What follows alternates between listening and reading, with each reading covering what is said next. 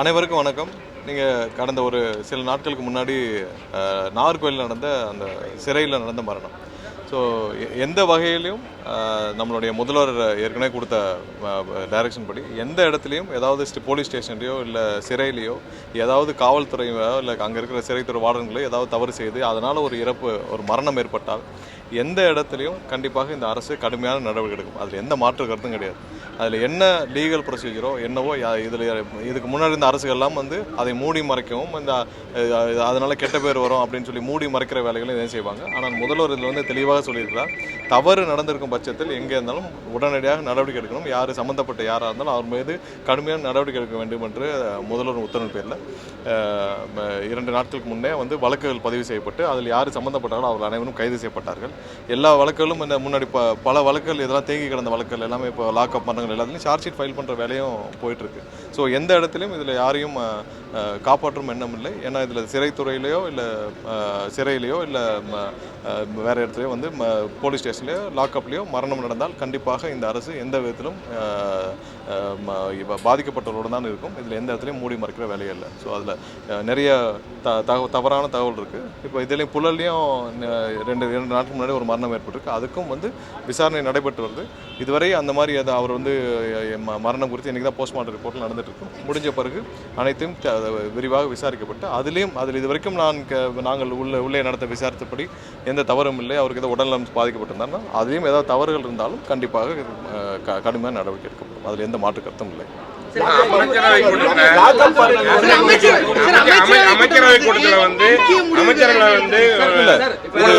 அமைச்சரவை கூட்டம் பட்ஜெட்டுக்கு முன்னாடி நடக்கிற ரெகுலர் கூட்டம் தான். அதில் உள்ள இருக்கிற விஷயங்கள் நிறைய பட்ஜெட் குறித்த கூட்டங்கள் தான். வெளியில் விவாதிக்க முடியாது உள்ள இருக்கிற கூட்டங்கள்.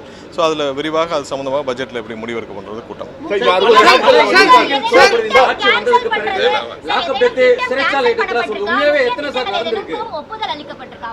இல்லை இது பட்ஜெட் சம்மந்தப்பட்ட கூட்டம். பட்ஜெட் முடிவுகள் எப்படி எடுக்கணும், பட்ஜெட் எப்படி தாக்கல் செய்யணும், எவ்வளோ அதில் நிதிநிலை அறிக்கை கொடுத்த கூட்டம். ஸோ அதில் இன்னும் விரிவாக திட்டங்கள் சமர்ப்பிக்கப்பட்டு அதன் மூலமாக தான் பட்ஜெட்டில் தாக்கல் செய்யணும். அதுவரை இதை வெளியில் பேச முடியாது. அனிதா ராதாகிருஷ்ணன் இப்போ மேடையில் பேசுறாரு, 6 மாதத்துல சிஎம் ஸ்டாலின் வந்துருவாரு, திருச்சி சிவா மத்திய அமைச்சராக வருவாரு.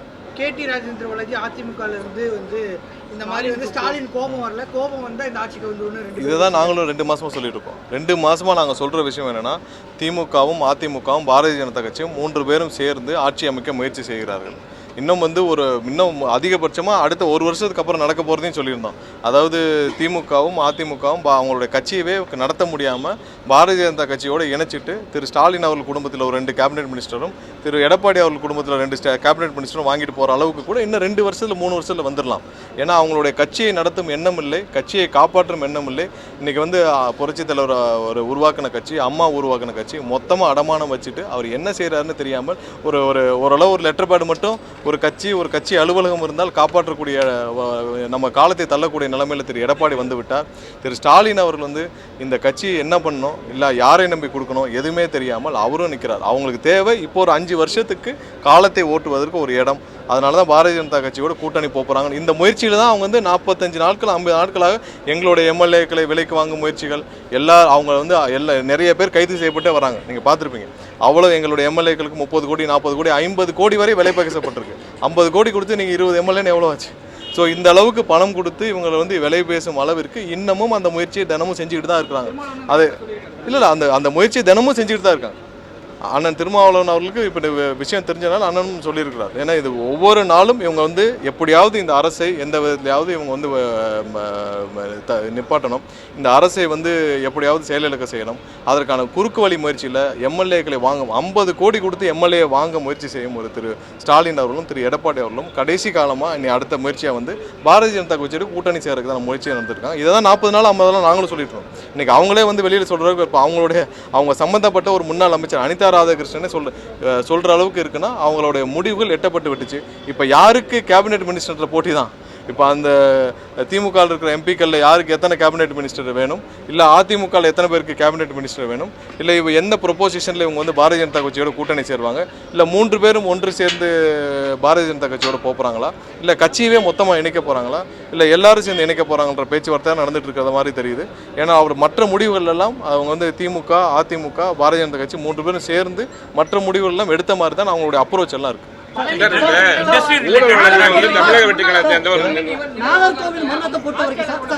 நாகர்கோவில் மரணத்தை பொறுத்த வரைக்கும் சார் அதுல அமைச்சர்கள் போய் யாரும் சந்திக்கலாம். இன்று இல்ல இன்னைக்கு தான் கேபினெட் நிவாரணங்கள் இன்னைக்கு தான் கேபினெட் மீட்டிங் முடிஞ்சிச்சு. இன்னைக்கு எங்களுடைய அமைச்சர்கள் சென்று அந்த குடும்பத்தினரை சந்திக்கிறாங்க. ஆல்ரெடி அவங்களுக்கு நேற்றே தகவல் அனுப்பப்பட்டு விட்டுச்சு. அமைச்சர்கள் வந்து சந்திக்கிறாங்க. அவங்களுக்கு குடும்பத்துக்கு தேவையான அனைத்து உதவிகளையும் அனைத்து சப்போர்ட்டும் கண்டிப்பாக அந்த அரசு அவங்களோட துணை நிற்கும். இன்று அவங்களுடைய குடும்பத்தினர் அரசு சார்பாக அமைச்சர்கள் சென்று சந்திக்கிறாங்க.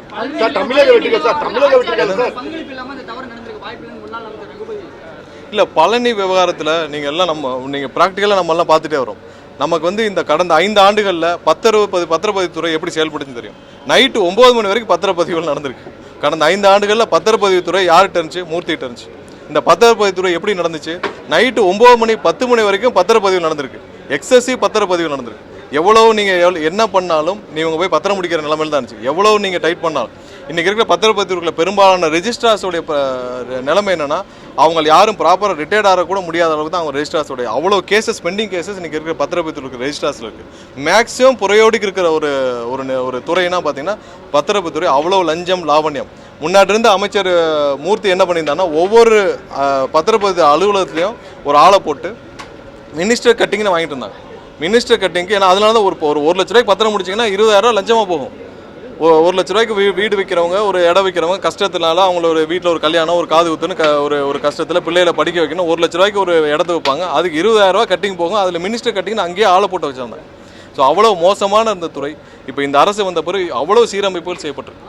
ஒவ்வொரு இடத்துல சீரமைப்பு செஞ்சுட்ருக்கு. இதில் புறம்போக்கு நிலங்கள் பட்டா போகிறதா இருக்கட்டும், ஏரியை பட்டா போகிறதா இருக்கட்டும், இல்லை அது இல்லாமல் பத்திரப்பதிவு துறையில் எங்கெங்கெல்லாம் வந்து கேப் இருக்கோ எல்லா இடத்துலையும் பத்திரப்பதிவுகள் அவ்வளோ நடந்திருக்கு. இதை எல்லாத்தையும் சீரமைக்கிற வேலைகளில் இந்த அரசு வந்த பிறகு அந்தந்த துறை அமைச்சர் செஞ்சுட்ருக்காங்க. அதில் ஒன் ஆஃப் தட் தான் அது வந்து இந்த கோயில் நிலங்களை அத்தனையும் மீறி அன்றைக்கி அந்த ஜேசி வந்து நாங்கள் அதுக்கப்புறம் அதெல்லாம் பார்த்தோம். அந்த ஜேசி தொடர்ந்து அந்த ரெஜிஸ்ட்ராருக்கு வந்து இதை பதிவு செய்யக்கூடாதுன்னு லெட்டர் அனுப்பிச்சிட்டே வர்றாரு.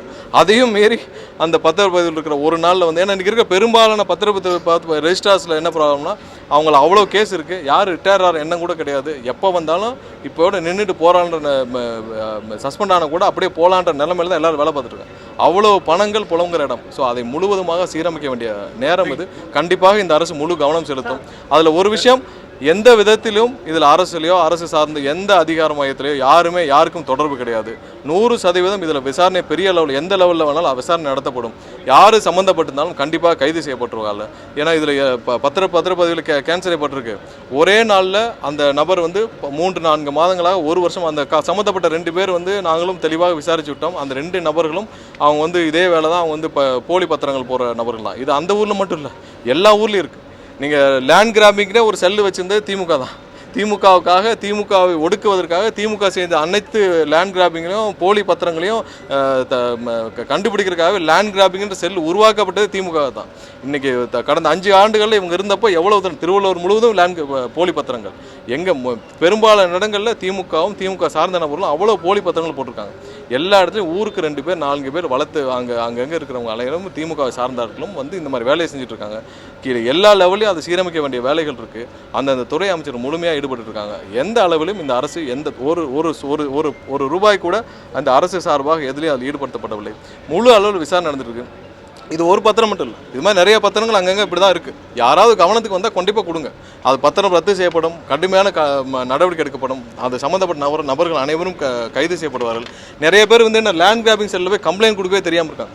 இப்போ எனக்கு வருது நிறையா. இப்போ லா டிபார்ட்மெண்ட் சொல்லிட்டு நிறைய பேர் என்கிட்ட வந்து இந்த மாதிரி போலி பத்திரம் பண்ணிட்டாங்கன்னு எல்லாருக்கும் நாங்கள் வந்து இங்கேருந்தே ஃபார்வர்ட் பண்ணி அந்தந்த எஸ்பிக்கு ஃபார்வர்ட் பண்ணி கடுமையான நடவடிக்கை எடுக்க சொல்லி லேண்ட் கிராபிங் பண்ணிருக்கோம் இப்போ கடந்த 5 வருஷமாக பண்ணதில். ஸோ இது மாதிரியான நிறைய விஷயங்கள் பத்திரப்பதிவுத்துறையில் கண்டிப்பாக கடந்த 5 ஆண்டுகள் அவ்வளவு தூரம் மோசடி செய்யப்பட்ட, அவ்வளோ தூரம் பண வசூல் செய்யப்பட்ட ஒரு துறை. அதை சீரமைக்கும் வேலை அந்த துறை அமைச்சரும் HRNCயில் தெரியும். எவ்வளவு நிலங்கள் இருக்குன்னு தெரியல, எவ்வளோ தூரம் அதை வந்து ஆடிட் பண்ணவும் தெரில. ஸோ எல்லாத்தையும் சீரமைக்கிற வேலை நடந்துட்டு இருக்கு. கண்டிப்பாக இது தவறு எங்கே நடந்திருந்தாலும் கண்டிப்பாக கடுமையான நடவடிக்கை எடுக்கப்படும். அதில் யாருக்கும் இந்த அரசுக்கும் எந்த குறுக்கீடும் கிடையாது. இதில் சம்மந்தப்பட்ட முழு விசாரணை முழு சுதந்திரத்தோடு அங்கே இருக்க காவல்துறை செஞ்சுட்டு இருக்காங்க. கண்டிப்பாக யார் சம்மந்தப்பட்டதாலும் 100% கைது செய்யப்படும். ஊராட்சி மன்ற தலைவர் நடவடிக்கை எடுத்திருந்தாங்க. ஊராட்சி மன்ற இண்டஸ்ட்ரி ரிலேட்டட் டெசிஷன் ஏதாவது எடுத்தீங்களா? 89 பக்கத்துல காவல் மரணங்கள் நடந்தா அது அரசின் நிர்வாக தோல்வி, ஒரு அரசின் தோல்வின்னு இங்க பாருங்க சொல்றாங்க. யார் இங்க பாருங்க அரசின் தோல்வி இல்ல ஒரு இடத்துல இல்ல இங்க பாருங்க ஒரு காவல்துறையிலயோ இல்ல காவல் நிலையங்கள்லயோ இல்ல ஏதாவது சிறையிலயோ மரணங்கள் ஏற்பட்டால் முன்னாடி இருந்த அரசுகள் எப்படி செயல்படுச்சு, எவ்வளவு மூடி மறைச்சது? எஃப்ஐஆரே போடலை. எஃப்ஐஆர் போகிறதுக்கே 1 வாரம் 10 நாள் ஆகும். யாராவது கைது செய்யப்பட்டிருக்காங்களா? எந்த இடத்திலும் இந்த அரசு ஏதாவது தவறு செய்தால் அவர் தவறுக்கு துணை போகிறதுக்கான அரசு இல்லை. கண்டிப்பாக தவறு செய்தால் அவர் மீது 100% நடவடிக்கை. ஊராட்சி மன்ற தலைவர் நடவடிக்கை எடுத்திருந்தீங்க. ஊராட்சி மன்ற தலைவர் தாவேக நடவடிக்கை எடுத்தீங்க.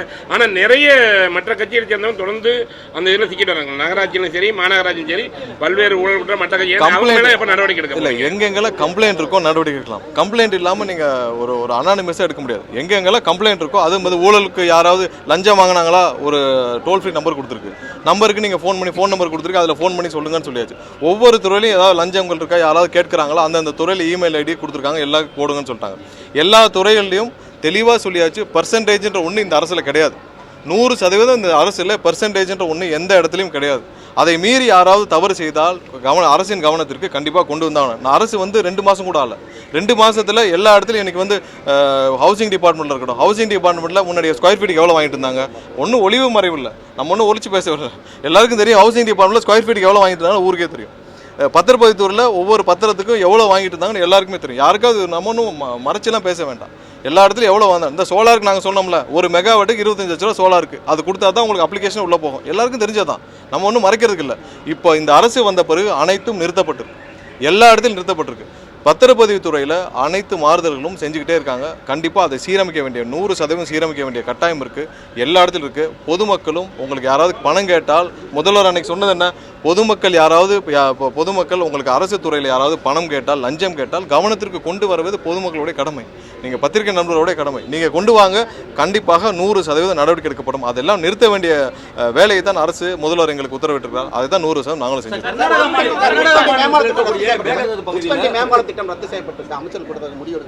இல்லை அது குறித்து விரிவான அந்த துறையிலேருந்து ஆராய்ஞ்சிட்டு வராங்க. மாற்று என்ன செய்யணும் என்னன்னு சொல்லிட்டு விரிவாக ஆராய்ஞ்சிட்டு வராங்க. ஏன்னா அதில் வந்து ஹையர் ரேட்டுக்கு அவங்க வந்து பழைய ப்ரொபோசல் ஹையர் ரேட்டுக்கு ப்ரொபோசல் இருந்திருக்கு. எல்லா இடத்துலையும் உங்களுக்கு தெரியும் 30% 20% கமிஷனும் சேர்த்து தான் ப்ரொபோசலில் இருக்குது.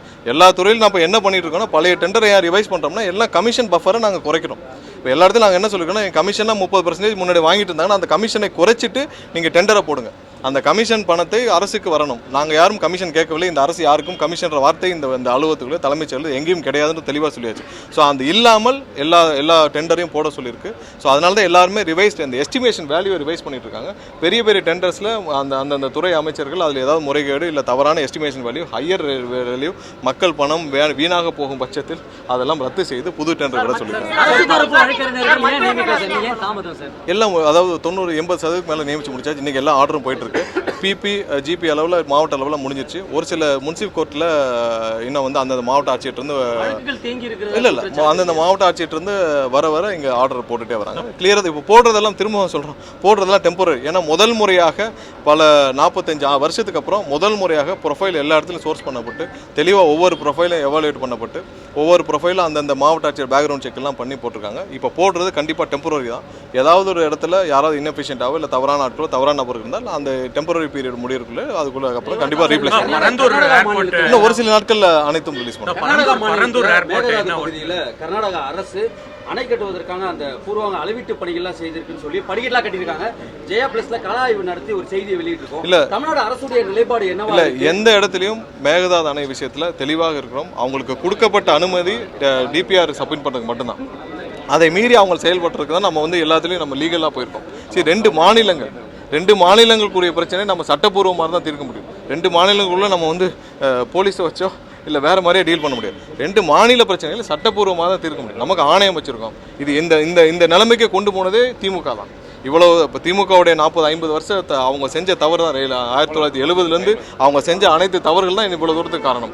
சரி பண்ணுறதுக்கு லீகல் ரெக்டிஃபிகேஷன் தான், லீகலாக தான் நம்ம ஸ்டாண்ட் எடுக்க முடியும். அதுக்கான வேலை படிக்கட்டு அமைத்து அங்க இன்ஜினியர்ஸ் கூட்டு போய் அதற்கான பணிகள்லாம் செஞ்சிருக்காங்க. தமிழ்நாடு அரசு நடவடிக்கை எடுக்கும். இல்லை நம்ம லீகலாக தான் நமக்கு அதுக்கான சப்மிஷனை கொடுப்போம். நமக்கு அதுக்கான ரெக்டிஃபிகேஷன் கண்டிப்பாக மேகதாது அணை கட்டுவதற்கான துளி அளவும் நம்ம வந்து இடம் கொடுக்க போகிறதில்லை. 100% நமக்கு சட்டப்பூர்வமான நமக்கு அனைத்துக்கும் நமக்கு ஆதரவாக தான் இருக்குது. ஏன்னா அவங்க அதுக்கு மேலே கட்டக்கூடாதுன்னு ஃபாரஸ்ட்டில் என்விரான்மெண்ட்டில் எல்லாத்துக்குமே எதிர்பார்க்கு. நம்ம அந்த அப்ரோச்சில் தான் கண்டிப்பாக அதை கட்டவிடாத அளவுக்கு நம்ம 100% நடவடிக்கை எடுப்போம்.